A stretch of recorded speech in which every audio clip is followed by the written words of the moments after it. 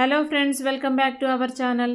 ఈరోజు వీడియోలో అయితే కొత్తిమీర జ్యూస్ ఏ విధంగా తయారు చేసుకుందామో అయితే చూద్దాము. దాన్ని తాగడం వలన కలిగే బెనిఫిట్స్ కూడా ఈ వీడియోలో మనం తెలుసుకుందాము.